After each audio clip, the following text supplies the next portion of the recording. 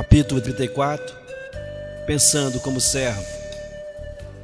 Meu servo Caleb pensa diferente e me segue de forma íntegra.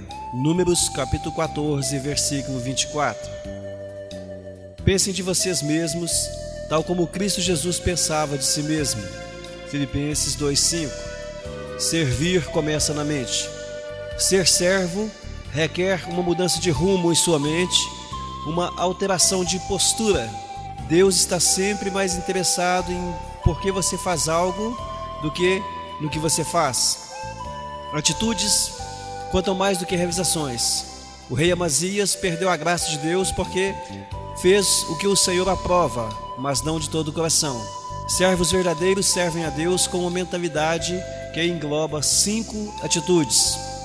Os servos pensam mais nos outros do que em si. Essa é a primeira atitude. Os servos se concentram nas outras pessoas e não em si mesmas. Esta é a verdadeira humildade. Não pensar menos de si, mas pensar menos em si.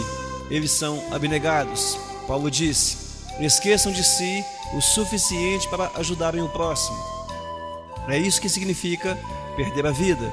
Esquecer-se de si mesmo para servir os outros. Quando deixamos de nos concentrar em nossas próprias necessidades, ficamos a par das necessidades ao nosso redor. Jesus esvaziou-se de si mesmo, tomando a forma de servo. Quando foi a última vez que você se esvaziou a si mesmo para benefício de alguém? Você não pode ser servo se estiver cheio de si mesmo. É somente quando nos esquecemos de nós que fazemos as coisas que merecem ser lembradas. Infelizmente, grande parte do serviço que prestamos é em causa própria. Servimos para que os outros gostem de nós, para sermos admirados ou para alcançarmos nossos objetivos. Isso é manipulação e não ministério. Ficamos o tempo todo pensando na verdade em nós mesmos e em como somos maravilhosos e nobres. Algumas pessoas tentam usar o serviço que fazem para barganhar com Deus. Vou fazer isso por você, Deus, mas se você fizer aquilo por mim. Os verdadeiros servos não tentam usar Deus para seus propósitos. Deixam que Deus os use para os propósitos dele. Ser abnegado, assim como ser fiel, é uma qualidade extremamente rara. Dentre todas as pessoas que Paulo conheceu, Timóteo foi o único exemplo que ele pôde apontar. Pensar como servo é difícil, entra em choque com o principal problema da nossa vida. Somos por natureza egoístas. Pensamos demais em nós mesmos. Por esse motivo, a humildade é uma luta diária, uma lição que temos de reaprender repetidamente. As oportunidades de ser servos colocam-se à nossa frente dezenas de vezes por dia, nas quais nós temos a chance de decidir entre satisfazer as nossas necessidades e as necessidades dos outros. A abnegação é a essência do serviço. Podemos avaliar nosso coração, ver se somos servos pela forma de reagirmos quando os outros nos tratam como servos. Como você reage quando as pessoas não o levam em consideração, lhe dão ordens o tempo todo ou o tratam como alguém inferior? A Bíblia diz: se alguém tirar injustamente vantagem de você, use a oportunidade para agir como servo. 2. Os servos pensam como administradores, não como donos. Os servos se lembram de que Deus é o dono de tudo. Na Bíblia, o administrador era o servo encarregado de gerenciar uma propriedade. José foi esse tipo de servo quando prisioneiro no Egito. Potifar confiou sua casa a José. Depois, o carcereiro confiou a prisão a José. Por fim, o faraó confiou a José toda a nação. O serviço e a administração andam juntas, pois Deus espera que sejamos dignos de confiança nas duas coisas.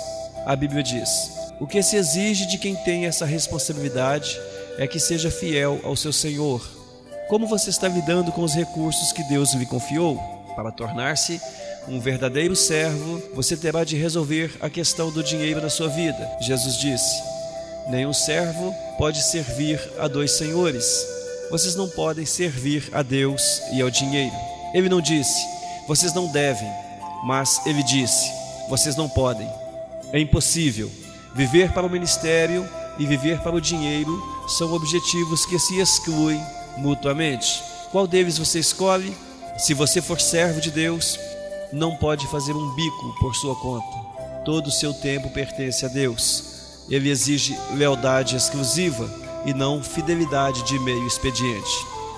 É o dinheiro que tem o seu maior potencial para substituir Deus na nossa vida.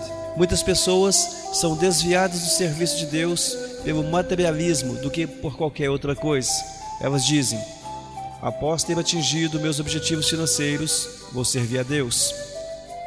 É uma decisão tola pela qual se arrependerão por toda a eternidade. Quando Jesus é seu mestre, o dinheiro serve você. Mas se o dinheiro for seu mestre, você se torna escravo dele. A riqueza não é absolutamente um pecado, mas deixar de usá-la para a glória de Deus o é. Os servos de Deus sempre se preocupam mais com o ministério do que com o dinheiro.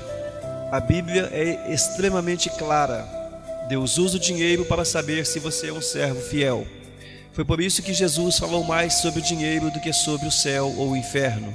Ele disse: assim, se vocês não forem dignos de confiança em lidar com as riquezas desse mundo ímpio, quem lhes confiará as verdadeiras riquezas?